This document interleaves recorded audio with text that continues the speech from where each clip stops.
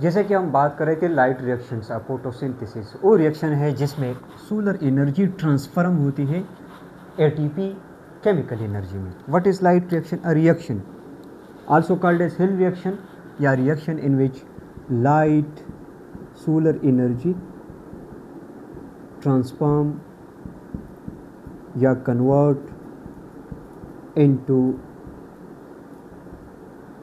Chemical ATP energy में। पहले lecture में हमने बात की थी कि लाइट रिएक्शन सबसे पहले होना चाहिए, डार्क रिएक्शन बाद में होना चाहिए, क्योंकि यहाँ पर हम एनर्जी रिच कंपाउंड्स बनाएंगे। Light reaction occur in the thylakoid membrane of chloroplast और overall light reaction complete into 4 main steps of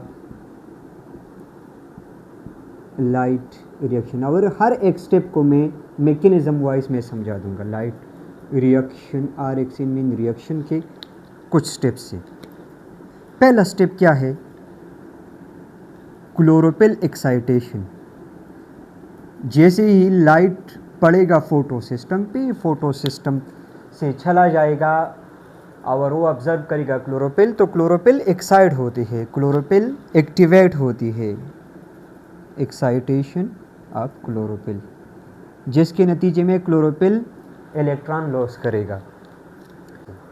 तो कैसा रिलीज होगा?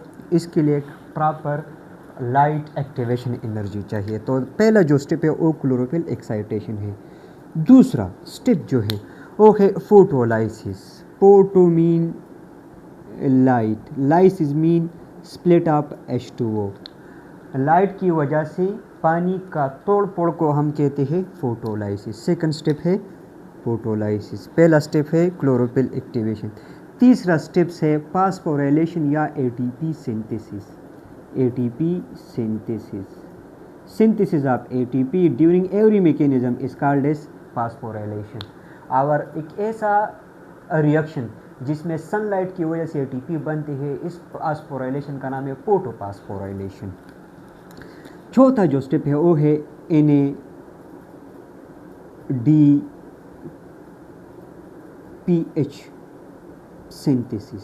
इसमें हम बात करेंगे। तो चलते हैं स्टेप नंबर 1। स्टेप नंबर 1 क्या है? Chlorophyll excitation. क्लोरोफिल कब एक्साइट होगा? जब लाइट जो है सोलर एनर्जी, इसलिए ये रिएक्शन लाइट की मौजूदगी में होती है। जैसे ही सोलर एनर्जी पड़ेगा फोटो सिस्टम की रिएक्शन सेंटर में क्लोरोफिल है, ये क्लोरोफिल एक्टिवेट होगा। जी एक तरफ से याद रखिए, लाइट रिएक्शन जो है ये कंप्लीट होते हैं 2 मैकेनिज्म में। एक मैकेनिज्म का नाम है नॉन साइक्लिक फोटोफास्फोराइलेशन और दूसरा है साइक्लिक फास्फोराइलेशन, साइक्लिक फोटोफास्फोराइलेशन। ये जो मैंने मैकेनिज्म बनाई है ये नॉन साइक्लिक है, जिसमें इलेक्ट्रॉन वापस फोटो सिस्टम की तरफ नहीं आते। ये नॉन से जेड स्कीम की तरफ। तो जेड स्कीम या non cyclic mechanism of light reaction में हमारे पास 2 फोटो सिस्टम ऑलरेडी पहले से मैंने डिस्कस की। There is 2 main types of photo system. एक है फोटो सिस्टम 1, दूसरा है फोटो सिस्टम 2। स्टार्ट होगा फोटो सिस्टम 2 से, खत्म होगा फोटो सिस्टम 1 से। क्यों स्टार्ट होगा? जवाब का इंतज़ार कीजिए, मैं समझा दूंगा। दूसरी तरफ से लाइट पड़ेगा at the same time photo system 1 पे भी, और साथ साथ ये जो लाइट पड़ेगा वाटर पे भी, वाटर H2O, जिसको सेकंड स्टेप में हम कहते हैं जी फोटोलाइसिस। तो याद रखिए, जैसे ही लाइट पड़ेगा फोटो सिस्टम 2 से। क्यों फोटो सिस्टम 2 से स्टार्ट होती है? इसलिए because photo system 2 has strong oxidizing pulling power to pull the electron from water, इसलिए ये फोटो सिस्टम 2 से स्टार्ट होती है, फोटो सिस्टम 1 लेट आते हैं। फोटो सिस्टम 1 के पास जो ऑक्सीजन एवॉल्विंग कम्प्लेक्स और मैंगनीज आयन कम्प्लेक्स का एसोसिएशन नहीं होती, इसका पुलिंग पावर भी ज़्यादा है। यहाँ पर मैंगनीज आयन कम्प्लेक्स भी एसोसिएटेड है, इसलिए इसकी वजह से लाइट रिएक्शन का जो नॉन साइक्लिक पाते हैं वो फोटो सिस्टम 2 से स्टार्ट होते हैं। तो याद रखिए, when the light fall in the same time, the mean time, जैसे ही लाइट पड़ेगा photo system 1 as well as photo system 2 पे, तो सबसे पहले फोटो सिस्टम 2 से स्टार्ट होती है और लाइट एट अ टाइम पड़ेगा दोनों फोटो सिस्टम पे। जैसे ही ये फोटो सिस्टम 2 ऑब्जर्व करेगा लाइट, कितना light? 600 80 nanometer of light energy, जिसकी वजह से क्लोरोफिल एक्साइट होते हैं, एक्टिवेट होते हैं। ये दो इलेक्ट्रॉन बहुत सारे एनर्जी को एब्जर्व करते हैं और इस दो इलेक्ट्रॉन लॉस होते हैं और चले जाते हैं हाई एनर्जी स्टेट में। ये जो मैंने बनाया है ये एनर्जी स्टेट है, ये एनर्जी मतलब क्लोरोफिल के पास एनर्जी ज़्यादा है, सही है, क्लोरोफिल के पास एनर्जी ज़्यादा है। अब यहाँ पे कमी आ गई, ये कमी बाद में मैं पूरा करूँगा, गौर से सुनिए।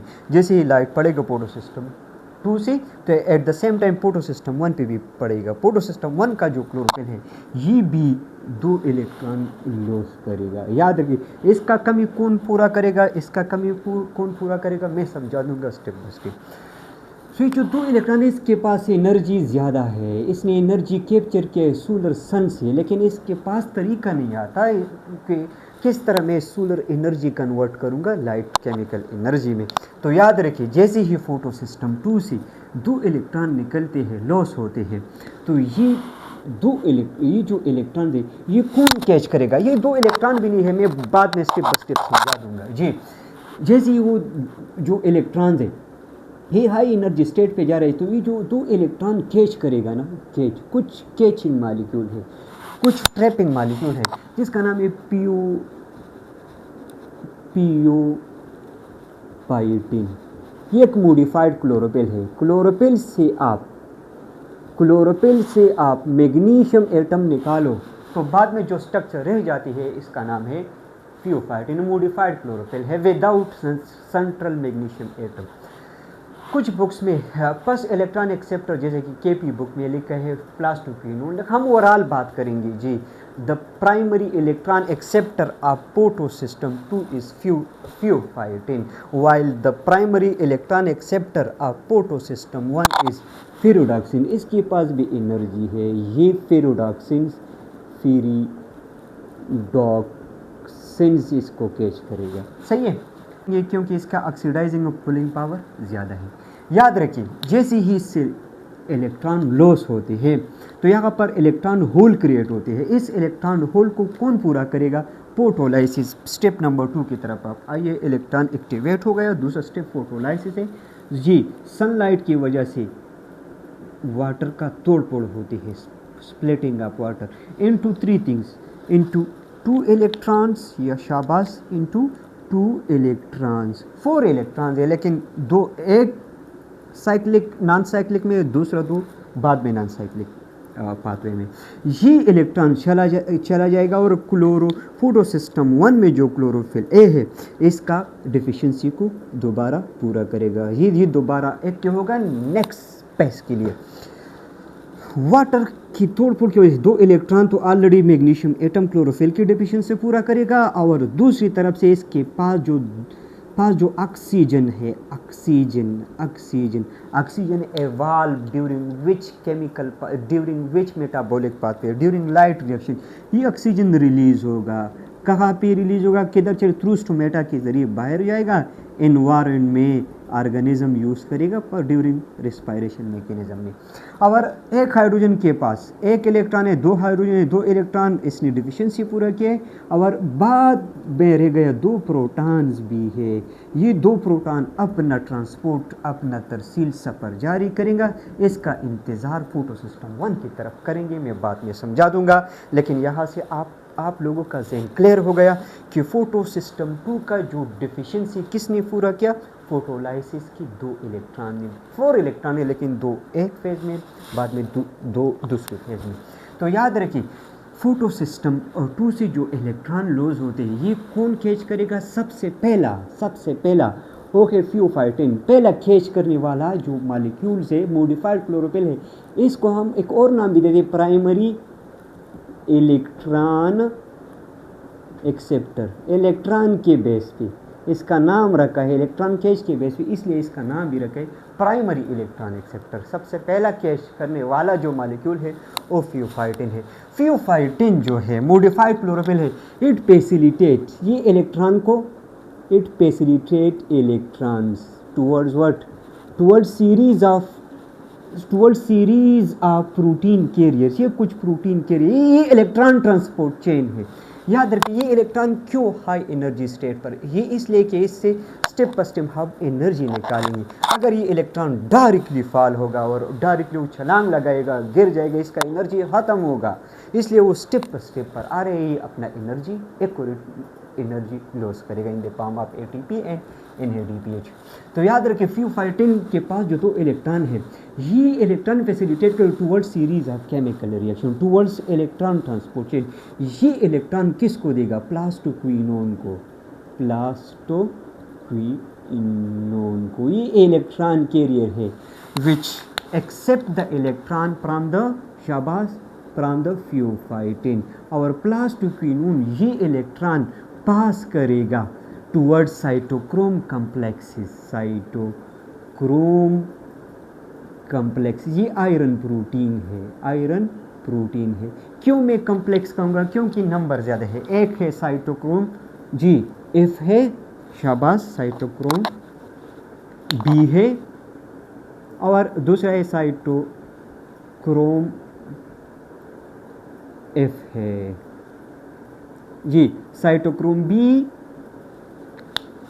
Accept the energetic electron from the plastoquinone, while cytochrome F जो है वो एक्सेप्ट करेगा, गेन करेगा less energetic electron from cytochrome B। याद रखें फ्यूफाइटिन ने इलेक्ट्रॉन पास किए, फ्यूफाइटिन ने इलेक्ट्रॉन को पास किया है प्लास्टोक्विनोन से। ये क्यों स्टेप बाय स्टेप पढ़ा रहे हैं? इसलिए कि वो एटीपी सिंथेसिस के लिए साइटोक्रोम कम्प्लेक्स की तरफ जाएगा। तो कम्प्लेक्स इसलिए कि B और F है, सीरीज है।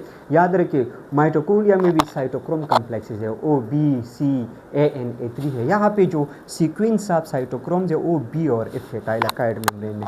सो जैसे ही 2 इलेक्ट्रॉन B से F की तरफ चला जाते हैं, ये 2 इलेक्ट्रॉन के पास जो एनर्जी था वो लॉस करेगा, 2 इलेक्ट्रॉन एनर्जी लॉस करेगा। क्या करेगा? लॉस करेगा। और ये जो लॉस ऑफ एनर्जी है, लॉस ऑफ एनर्जी जो है ये ज़ाया नहीं होगा। ये ADP प्लस फॉस्फेट के कम्बिनेशन पे सर्फ होगा और बनाएगा ATP। ये डायरेक्टली मैं कह रहा हूँ बहुत आसानी सी। ये एनर्जी ज़ाया नहीं होगा, ये ATP सिंथेसिस में यूटिलाइज होगा। ये ATP भी डायरेक्टली नहीं बनती, ये एक ख़ास केमिकल पाथवे के ज़रिए बनते हैं जिसका नाम है कीमी ऑस्मोसिस। इंशाल्लाह मैं डिटेल के तफसीलन में स्टेप बाय स्टेप समझा दूंगा। लेकिन ये बात जहन में रखें कि जो साइटोक्रोम B से इलेक्ट्रॉन पास होते हैं साइटोक्रोम F की तरफ, ये इलेक्ट्रॉन एनर्जी लॉस करेगा और ATP सिंथेसिस में यूटिलाइज होती है। ये ATP डायरेक्टली नहीं बनती, ये एक पाथवे के ऊपर बनते हैं कीमी ऑस्मोसिस। स्टेप बाय स्टेप मैं समझा दूंगा। साइटोक्रोम F के पास जो कमज़ोर इलेक्ट्रॉन था, लाजमी बात है जो एनर्जी था वो तो लॉस हो गया, ये कमज़ोर इलेक्ट्रॉन इसने एक्सेप्ट किया और पास किया एक अनदर कैरियर मॉलिक्यूल को, जिसको हम कहते हैं प्लास्टोसायनिन। याद रखिए एक है साइटोक्रोम जो है वो आयरन प्रोटीन है, आयरन प्रोटीन्स है, और जो साइटोक्रोम्स है ये कॉपर कंटेनिंग प्रोटीन है। इम्तिहानी पॉइंट ऑफ व्यू से बहुत अहम टिप है कि जो at the end of photosystem two the weakest electron acceptor is dash, तो आप टिक लगा दो प्लास्टोसाइनिन पे। कॉपर कंटेनिंग प्रोटीन है, वीकेस्ट इलेक्ट्रॉन को क्या करेगा? एक्सेप्ट करेगा और फिर ये फैसिलिटेट करेगा टूवर्ड्स व्हाट? फोटोसिस्टम 1। अभी आपको समझ आ गया कि पहले से फोटोसिस्टम 2 का डिफिशिएंसी वाटर की स्प्लिटअप ने पूरा किया और फोटोसिस्टम 1 का जो डिफिशिएंसी आता वो फोटोसिस्टम 2 का जो इलेक्ट्रॉन था विकिस यहाँ पर वो डिफिशिएंसी पूरा हो गया। अब वो दोबारा एनर्जाइज है, लेकिन इससे पहले जो इलेक्ट्रॉन निकला है और फेरोडॉक्सिन ने एक्सेप्ट किया है, इस पे हम बात करेंगे। ये इलेक्ट्रॉन फेरोडॉक्सिन के पास कुछ हमारे पास इसकी ये इलेक्ट्रॉन एक्सेप्टर है, ये सेकेंडरी इलेक्ट्रॉन एक्सेप्टर है during non cyclic Z scheme pathway में। फ्यूफाइटिन ये प्राइमरी इलेक्ट्रॉन एक्सेप्टर है ड्यूरिंग जेड स्कीम या नॉन साइक्लिक पाथवे में। या इस तरह भी हम कैसे हैं कि फेरोडॉक्सिन जो है वो प्राइमरी इलेक्ट्रॉन एक्सेप्टर है फोटोसिस्टम 1 का, और जो फ्यूफाइटिन है ये प्राइमरी इलेक्ट्रॉन एक्सेप्टर है फोटोसिस्टम 2 का।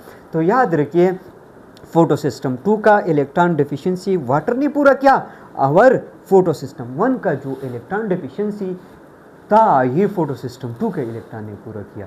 याद है वो दोबारा यहाँ पर एनर्जाइज होगा और वो निकलेगा फेरोडॉक्सिन इसको कैच करेगा। अब याद रखिए आपके जहन में एक क्वेश्चन बार बार याद आएगा और बार बार रिपीट होती है कि ये जो प्रोटॉन था ये कहाँ पे, ये प्रोटॉन ने अपनी जर्नी को कंटिन्यू किया इधर आएगा। ये 2 इलेक्ट्रॉन फेरोडॉक्सिन किसको देगा जी, ये 2 इलेक्ट्रॉन फेरोडॉक्सिन एक एंजाइम को देगा जिसका नाम है NAD रिडक्टेज। NAD ये एंजाइम है, कम्प्लेक्स है, थाइलाकॉइड मेम्ब्रेन में लगी हुई है। जैसे ही NAD रिडक्टेज 2 इलेक्ट्रॉन, ये NAD रिडक्टेज 3 काम करेगा। एक तरफ से 2 इलेक्ट्रॉन एक्सेप्ट करेगा फेरोडॉक्सिन से, दूसरी तरफ से जो प्रोटॉन रिलीज हुआ है वाटर स्प्लिटिंग की वजह से वो एक्सेप्ट करेगा, और तीसरी तरफ से ये 2 इलेक्ट्रॉन और 2 प्रोटॉन मिल जाएगा, ये 2 कंप्लीट हाइड्रोजन बनाएगा। तीसरा क्या करेगा, पहला फेरोडॉक्सिन से इलेक्ट्रॉन एक्सेप्ट करेगा, दूसरा इलेक्ट्रॉन और प्रोटॉन को मिलाएगा, और तीसरा ये जो 2 हाइड्रोजन है ये कंबाइन करेगा जी NADP से, और जैसे ये बन गया तो क्या, जैसे NADP 2 हाइड्रोजन लेगा तो क्या बन गया NADPH या NADPH2। तो याद रखिए अब हमारा जो गोल था लाइट रिएक्शन का गोल, एक तो क्लोरोफिल एक्साइटेशन था, ATP सिंथेसिस था लाइट की मौजूदगी में, इसलिए इसका नाम भी है फोटोफॉस्फोराइलेशन, और तीसरी तरफ से ATP सिंथेसिस भी हो गए, चौथी तरफ से NADPH भी सिंथेसिस प्रिफेयर हो गए। अब मेरे पास एनर्जी आ गया लाइट रिएक्शन के दौरान, ATP है और NADPH है, ये एनर्जी में अपने साथ रखूँगा और चला जाऊँगा डार्क रिएक्शन में इन्वेस्ट करूँगा ग्लूकोज सिंथेसिस पे। और याद रखिए एक और रिव्यू भी देता हूँ जी, लाइट रिएक्शन इसलिए लाइट है क्योंकि सन के मौजूदगी में होती है। ये sun at a time photo system 1 पे फोटो सिस्टम 2 पे भी पड़ती है, फोटो सिस्टम 2 से स्टार्ट होती है इसलिए कि इसका ऑक्सीडाइजिंग पावर, पुलिंग पावर ज़्यादा है मैंगनीज आयन की वजह से, और जैसे ही इससे 2 इलेक्ट्रॉन रिलीज होते हैं ये इलेक्ट्रॉन एक्सेप्ट करेगा फ्यूफाइटिन भी, ये इलेक्ट्रॉन फैसिलिटेट करे टूवर्ड्स, ये इलेक्ट्रॉन ट्रांसपोर्ट चेन है। याद रखिए सिर्फ इलेक्ट्रॉन ट्रांसपोर्ट चेन माइटोकॉन्ड्रिया में नहीं, वो माइटोकॉन्ड्रिया के अलावा थाइलाकॉइड मेम्ब्रेन भी, थाइलाकॉइड मेम्ब्रेन ऑफ क्लोरोप्लास्ट में भी इलेक्ट्रॉन ट्रांसपोर्ट चेन रन होती है। तो ये इलेक्ट्रॉन पास होगा इलेक्ट्रॉन ट्रांसपोर्ट चेन से, जिसके नतीजे में हमें क्या मिलते हैं ATP, और जो 2 इलेक्ट्रॉन कमज़ोर है ये दोबारा एनर्जाइज होगा, ये इसका फोटो सिस्टम 1 का डिफिशिएंसी पूरा करेगा, दोबारा एनर्जाइज होगा next non cyclic reaction Z scheme के लिए। और इससे पहले लाइट रिएक्शन, लाइट जैसे ही लाइट पढ़ रहा था फोटो सिस्टम 1 पे, फोटो 2 पे, फोटो सिस्टम 1 पे, तो इससे पहले जो इलेक्ट्रॉन निकल रहा था ये किसने कैच किया है, फेरोडॉक्सिन ने। ये प्राइमरी इलेक्ट्रॉन एक्सेप्टर है फोटो सिस्टम 1 का, और फोटो सिस्टम 2 का प्राइमरी इलेक्ट्रॉन एक्सेप्टर है क्या है, फ्यूफाइटिन मॉडिफाइड क्लोरोफिल है, और फेरोडॉक्सिन ये सल्फर प्रोटीन है, सल्फर नाइट्रोजन कंटेनिंग प्रोटीन है। तो याद रखिए फेरोडॉक्सिन इधर सल्फर प्रोटीन है, और फेरोडॉक्सिन ये 2 इलेक्ट्रॉन फैसिलिटेट करेगा टूवर्ड्स एक एंजाइम लगा हुआ है थाइलाकॉइड मेम्ब्रेन पे जिसका नाम है NAD रिडक्टेज। ये 3 काम करेगा, एक तरफ से 2 इलेक्ट्रॉन लेगा, दूसरी तरफ से जो प्रोटॉन स्प्लिट H2O स्प्लिटिंग की वजह से जो प्रोटॉन आ रहा था इसको कंबाइन करेगा, तीसरा ये NADP के साथ 2 हाइड्रोजन कंबाइन करेगा, तो क्या बनेगा, NADPH बन गया। तो याद रखिए ये जो मैकेनिज्म था ये इस तरह था जेड लाइक, हालांकि बतौर जी इस तरह में N दिखाई देते, लेकिन रॉबिन हिल्स ने इसका नाम रखा है जेड स्कीम। क्या जेड स्कीम, या इसको हम ये नॉन साइक्लिक है। क्यों नॉन साइक्लिक है, इसमें इलेक्ट्रॉन दोबारा फोटो सिस्टम 1 की तरफ नहीं आते, इलेक्ट्रॉन का एनर्जी इन्वेस्ट होते हैं NADPH में। तो जेड स्कीम में ये नॉन साइक्लिक है क्योंकि इलेक्ट्रॉन दोबारा can not come back to photo system. ये नॉन साइक्लिक फ्रासेज है या नॉन साइक्लिक पासपोराइलेशन है, पासपोराइलेशन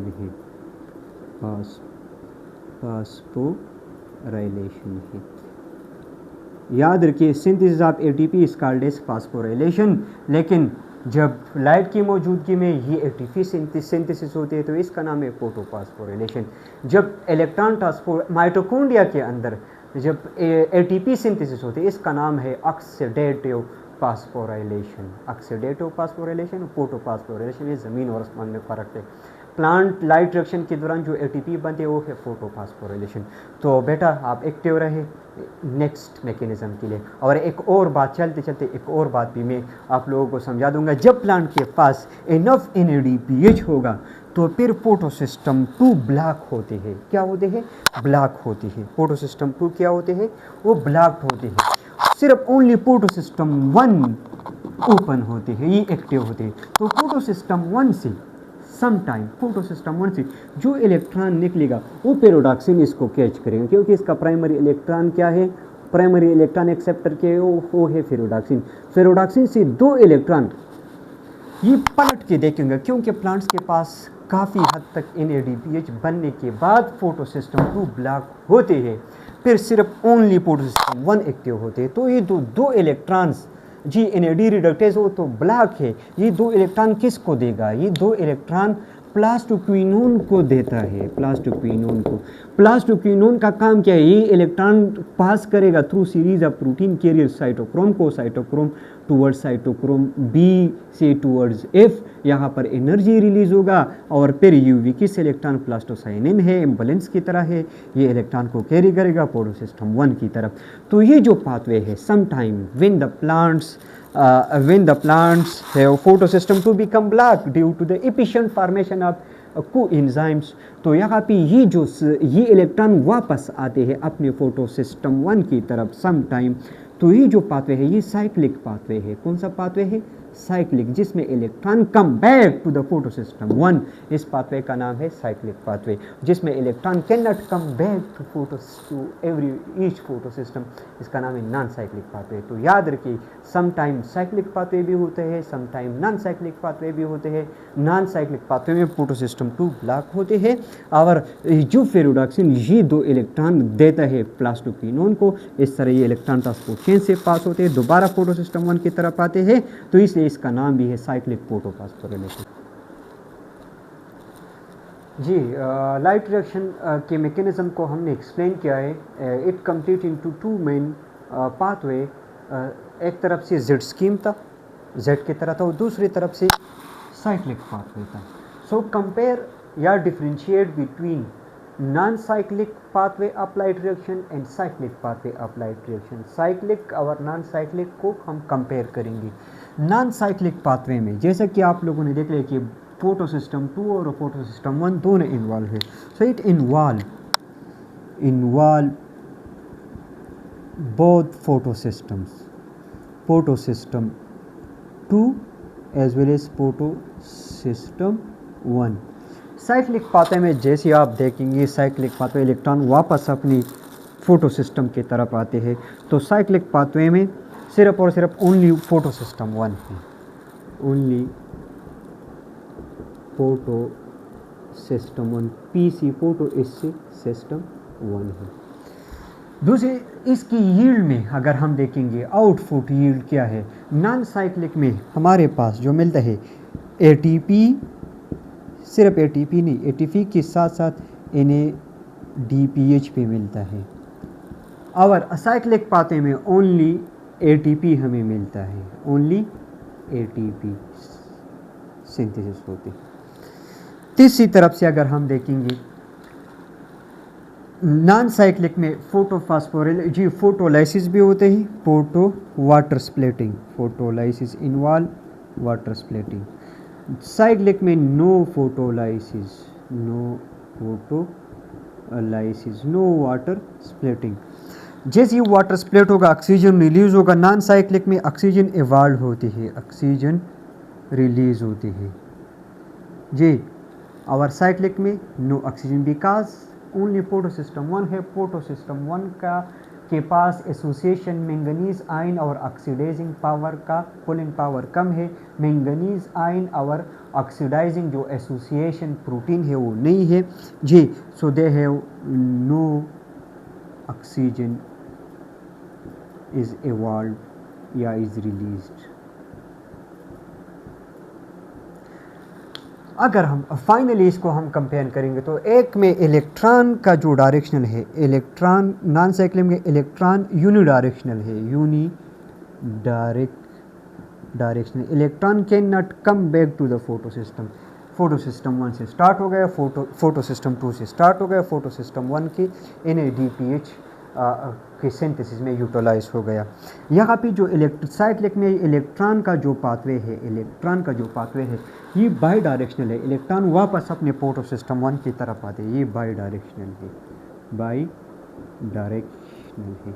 तो याद रखिए कि अक्सर पेपर में भी आते हैं कि compare cyclic versus non cyclic pathway of light reaction. तो नॉन साइक्लिक में 2 फोटो सिस्टम इन्वॉल्व होते हैं, साइक्लिक में ओनली 1 फोटो सिस्टम इन्वॉल्व होते हैं। दूसरा ये ब्लॉक होते हैं, कुछ कंडीशन है मैंने ऑलरेडी एक्सप्लेन की है। दूसरा इसकी यील्ड में नॉन साइक्लिक में ATP के साथ साथ NADPH भी बनता है और साइक्लिक में ATP बनता है। फोटोलाइसिस एसोसिएशन है क्योंकि एक आयन है मैंगनीज आयन कम्प्लेक्स, ही एसोसिएटेड है विद द फोटो सिस्टम 2 के साथ, तो इसलिए they have strong pulling power to pull the electron from the water. तो इसलिए यहाँ पर फोटोलाइसिस होते हैं, इधर फोटोलाइसिस नहीं होती। ऑक्सीजन रिलीज़ होगा, लाजमी बात है, फोटोलाइसिस होगा तो ऑक्सीजन भी रिलीज़ होगा, फोटोलाइसिस नहीं है तो ऑक्सीजन रिलीज़ नहीं होगा। यहाँ पे इलेक्ट्रॉन का जो डायरेक्शनल है ये यूनी डायरेक्शनल है। इलेक्ट्रॉन का एनर्जी NADPH में यूटिलाइज होते हैं और साइक्लिक पाथवे ऑफ फोटोफॉस्फोरिलेशन में इलेक्ट्रॉन वापस अपनी फोटो सिस्टम की तरफ आते हैं, तो बाय